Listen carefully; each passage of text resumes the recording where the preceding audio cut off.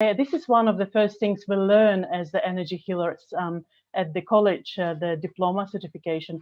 So we look at all the elements. So each element has the color and it has a particular order. So the outer circle represents the support of one element to other. So the fire complements earth and supports earth. Earth supports metal or air, as it's the same element, but for the Western audience.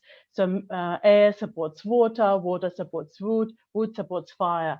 And then you can also see these colorful arrows inside the circle. So they're the ones that depleting the elements, they can deplete or they can cause a disbalance of the opposite one on the receiving side. For example, fire can impact metal or air. And we know it with bushfires, we get the pollution in our air, right?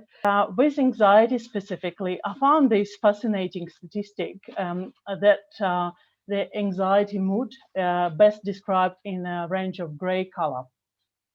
And for the artists, and I have lots of friends who are the artists, it's the gray color is not just black and white. So the black color actually doesn't exist. It's the absence of light. So that's what the black color is. But also it represents the potency, you know, it represents the darkness, the dark matter. So the original, the raw materials that we can use to create anything we want, that when we put the intention. But the gray colors of different sorts, created by different colors, the impact of water is a direct arrow towards the fire. So when the water is in excess, the fire is at risk. So there are two tasks we need to do. We need to allow the water to descend, and we need to make sure that we keep the fire. So that's to me, the equivalent of the flooding in people is the overwhelm. And it's simply our body's way to let us know that the water, which equals emotions, is impacting our fire. So the spark is a danger. So we need to reignite. We need to make sure that the fire is preserved. And there's some symptoms for you. So you can have the tense of muscles and the low energy, so like absence of our spark, of our will, of our, living force. And the chills, we might feel cold out of a sudden, a numbness in our fingers and toes.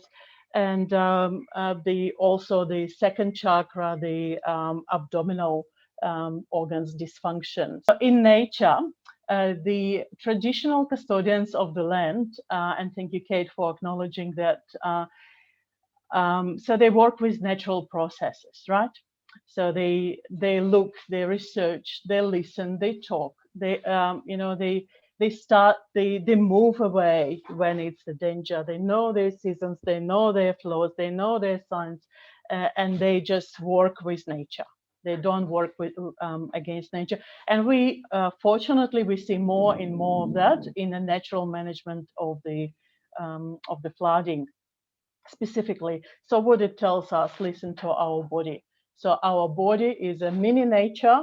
It consists of exactly the same elements. We just need to work with the process, with what is presented, what is now.